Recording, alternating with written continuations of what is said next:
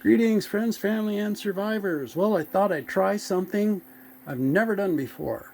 Because we're running repurposed Tesla batteries from a car, and they're lithium ion NMC,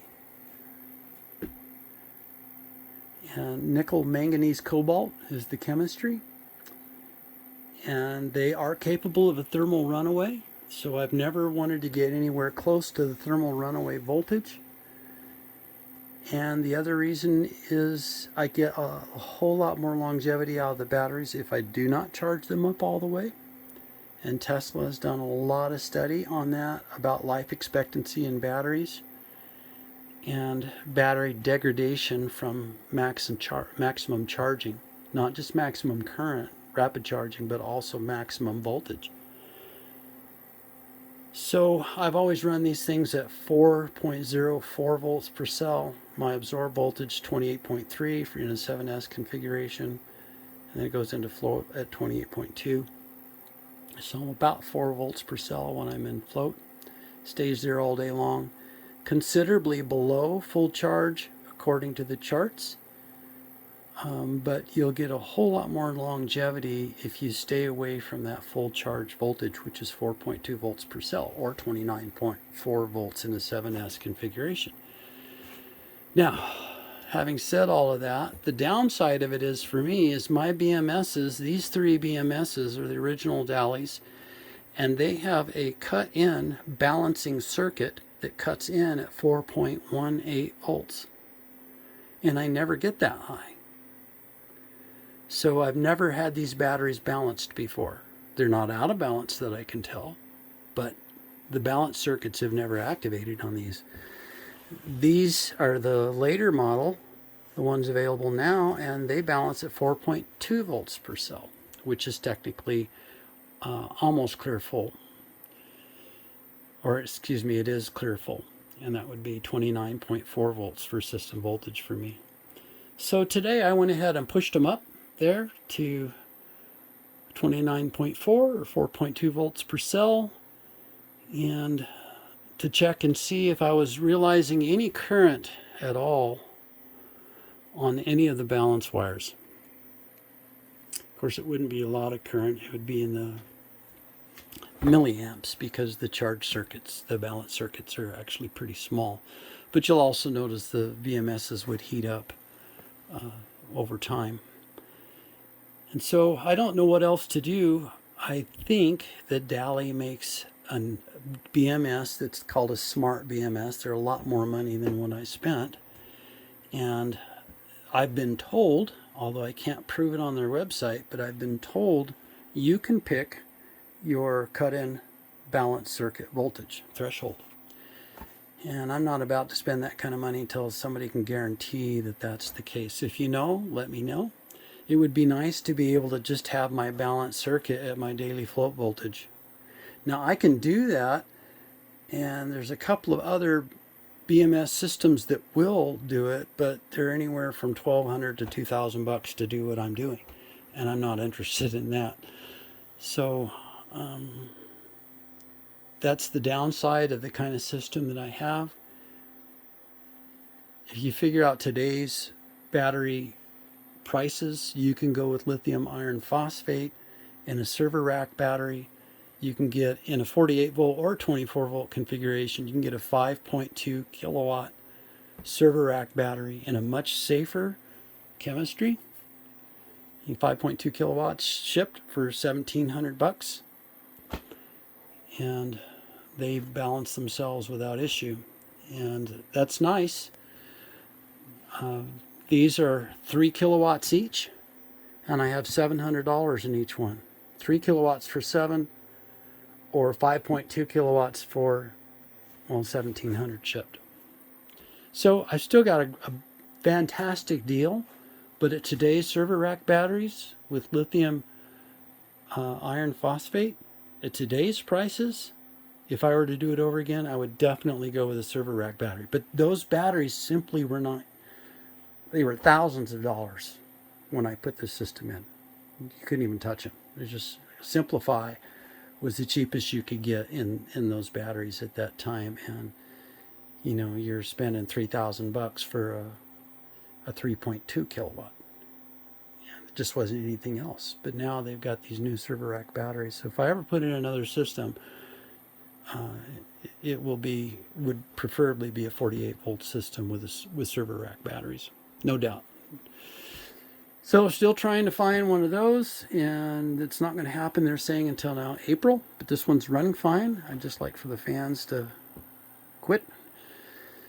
But what I did is, when I bought this inverter, it came with a MPPT wind solar hybrid charge controller, and it also came with a Flexmax 60, this one right here.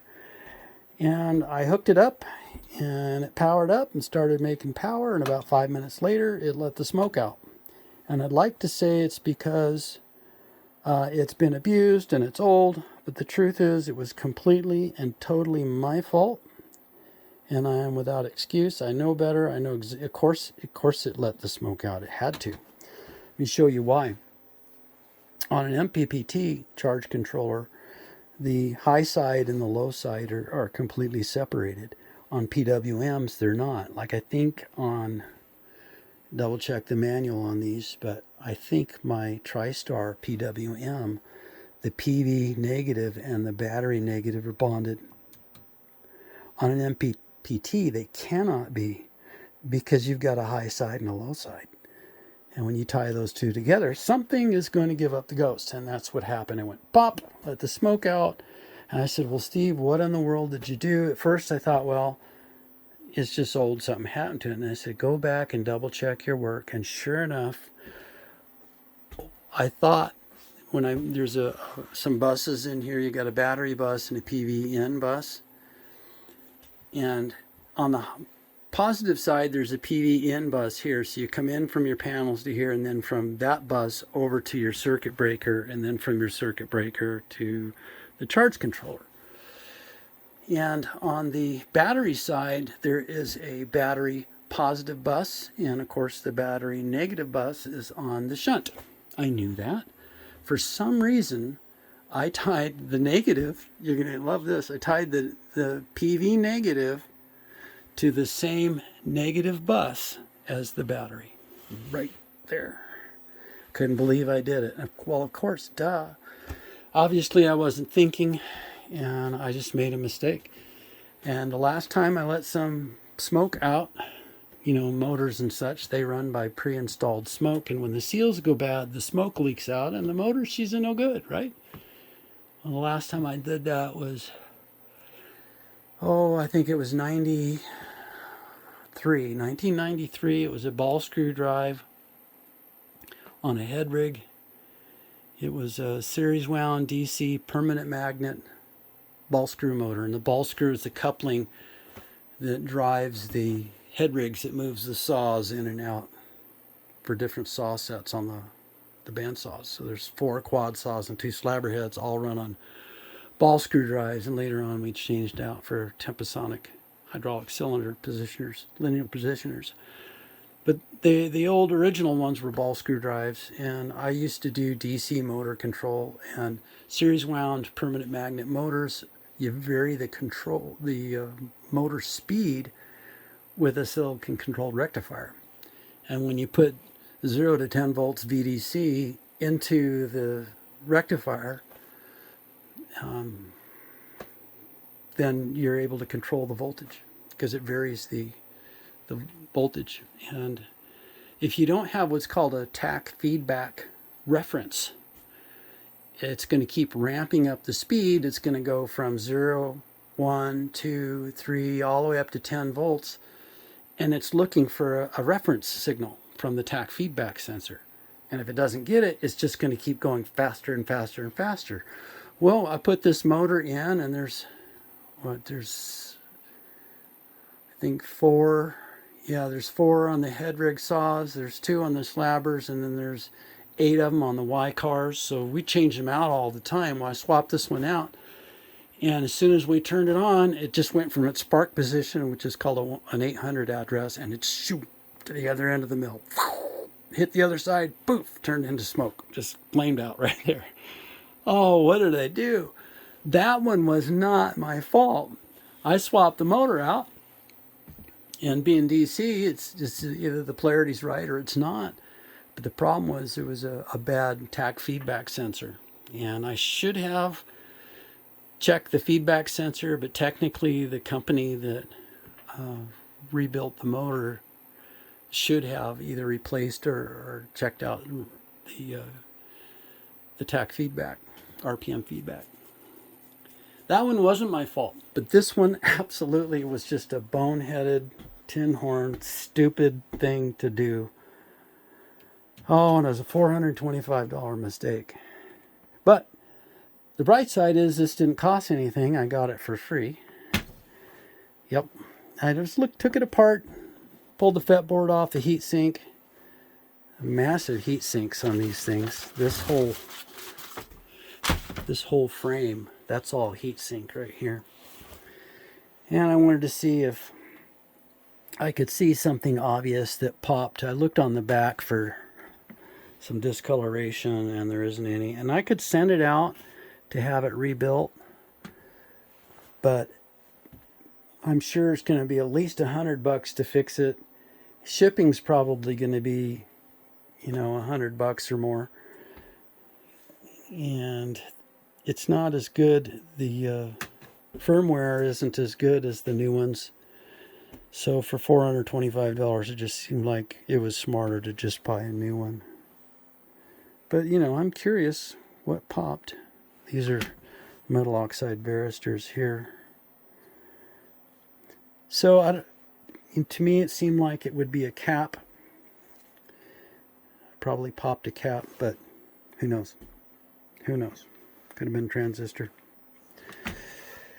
But it is what it is. It powers up. It goes through all of the program sequence, but then when it sees power coming in, but it won't make any current. And when you turn it off, it loses its memory. So I think it just needs to go in the trash can.